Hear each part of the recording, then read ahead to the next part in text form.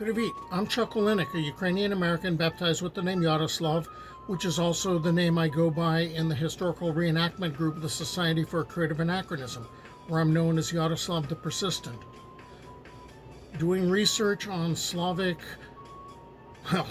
everything, I finally decided not to simply let my research sit in notebooks, but I thought maybe I could put them to use and help people out who might want to develop an Eastern European persona. It's also allowing me to refamiliarize myself with a lot of the research. So today is the Autumnal Equinox, the first day of fall. For me, it's usually associated with Bilbo and Frodo Baggins' birthday, and that's usually the day I start my annual reread of The Lord of the Rings. But it's also a day I can cover as, well, actually a couple of different topics on this channel, and I'm going to try to cover both of those today. So on this channel, I'm putting together the videos for historical reenactors, especially those in the Society for Creative Anachronism, who may want to develop an Eastern European persona and who want to talk about the societies our personae live in, rather than talking about kingdom and baronial politics and who received what award and what happened at the last event.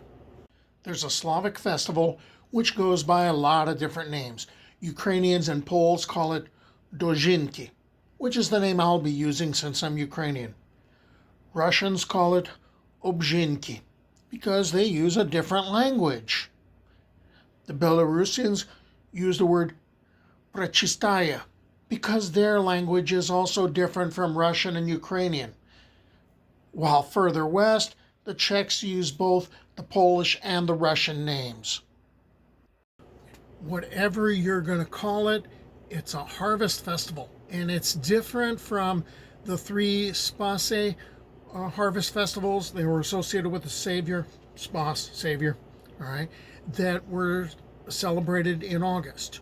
The honey or the poppy spas, the apple spas, and the nut or bread spas, which have different agricultural connotations, and you're supposed to eat the foods that are named, and which I covered back in August in Tales of the Borderland 114, when the spasi actually occur. Originally, this was a pre-Christian rite, and it was performed around the time of the autumnal equinox. With the passage of time, the rite became more closely associated with the actual end of field work in that particular region. However, the time between the end of the harvest and the festivities would vary from area to area.